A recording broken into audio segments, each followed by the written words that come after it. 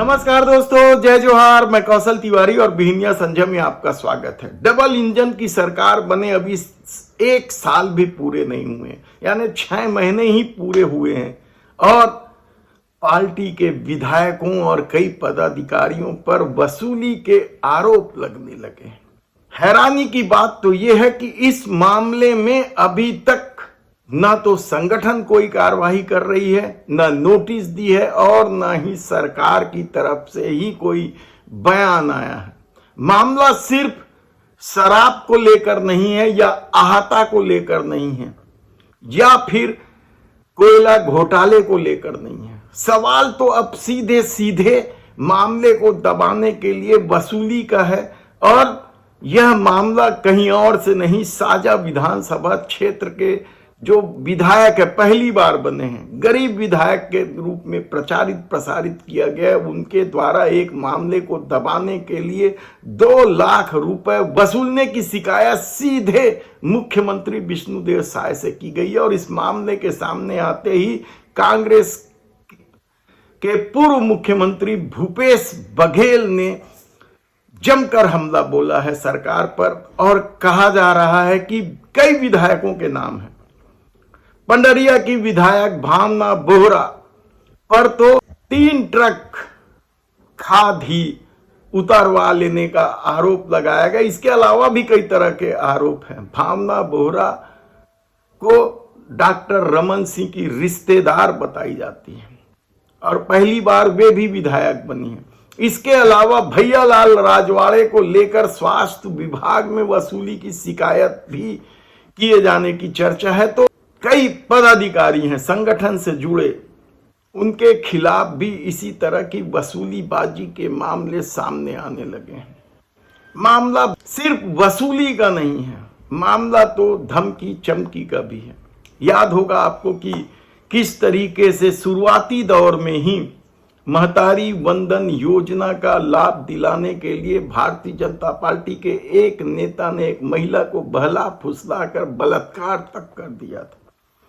रायगढ़ के जिला अध्यक्ष के खिलाफ किस तरह के मामले थे, नेता प्रतिपक्ष नारायण चंदेल के पुत्र के खिलाफ किस तरह के मामले थे, किसी से छिपा नहीं है। लेकिन अब जिस तरीके से सत्ता में आने के बाद विधायकों के और संगठन के पदाधिकारियों पर आरोप लगने लगे हैं वसूली के, वह हैरानी की बात तो है ही, चिंता की भी बात है, क्योंकि मामला कई सारे हैं। कहा जा रहा है सरगुजा क्षेत्र के 2 विधायकों के खिलाफ शिकायत है, तो बस्तर क्षेत्र के 1 विधायक के खिलाफ शिकायत है। यही नहीं, रायपुर जिले के 1 विधायक के खिलाफ तो उद्योगों में वसूली करने का मामला सामने आया है। हम विस्तार से इन सारी घटनाओं को आपके सामने रखेंगे, लेकिन एक बात तो हम बता देते हैं कि जिस तरीके से नवनिर्वाचित विधायकों में आधा दर्जन विधायकों के नाम सामने आए हैं, संगठन के भी लगभग 4 पदाधिकारियों के नाम सामने आए हैं। प्रवक्ता हैं एक, उनके बारे में तो सर्वविदित है। कहा जाता है कि उनके वसूली बाजी की वजह से पार्टी के नेता भी परेशान रहे हैं।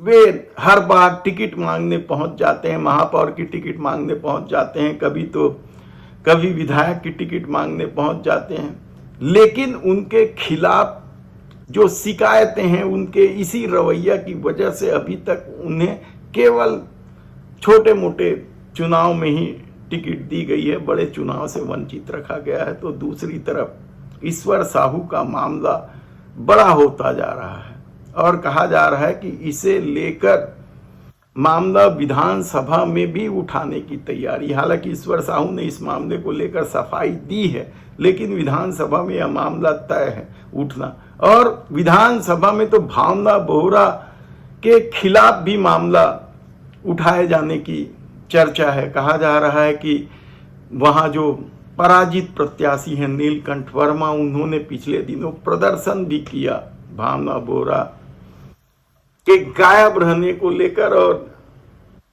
खाद वाले मामले को लेकर। तब ऐसी परिस्थिति में विष्णुदेव साय सरकार या किरण देव जो प्रदेश भाजपा के अध्यक्ष हैं, वे क्या करते हैं? हालांकि यह भी कहा जा रहा है कि किरण देव अब पद पर बने रहना नहीं चाहते हैं, वे मंत्री बनना चाहते हैं। लेकिन ये भाजपा है, नया भाजपा है, जहां सिर्फ मोदी शाह की चलती है और वे चाहेंगे वही मंत्री बनेंगे। तब ऐसी परिस्थिति में क्या कुछ होगा, देखना होगा।